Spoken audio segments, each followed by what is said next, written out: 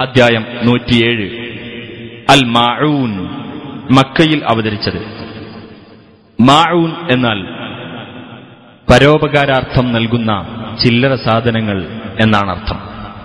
7-ാമത്തെ സൂക്തത്തിൽ ചില്ലറ പരോപകാരങ്ങൾ പോലും ചെയ്യാൻ വിസമ്മതിക്കുന്ന ആളുകളെക്കുറിച്ച് പരാമർശിച്ചതുകൊണ്ടാണ് ഈ അധ്യായത്തിന് ഇപ്രകാരം പേർ നൽകപ്പെട്ടത്.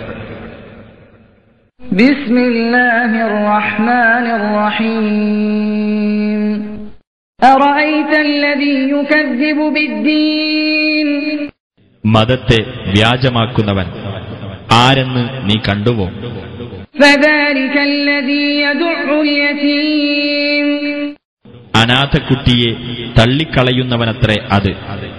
വലാ യഹുദ്ദു അലാ തആമിൽ മിസ്കീൻ.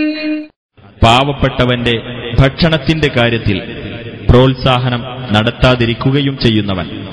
ഫവൈലുൽ ലിൽമുസല്ലീന അല്ലദീന ഹും അൻ സ്വലാത്തിഹിം സാഹൂൻ. എന്നാൽ നമസ്കാരക്കാർക്കാകുന്നു നാശം, തങ്ങളുടെ നമസ്കാരത്തെപ്പറ്റി ശ്രദ്ധയില്ലാത്തവരായ.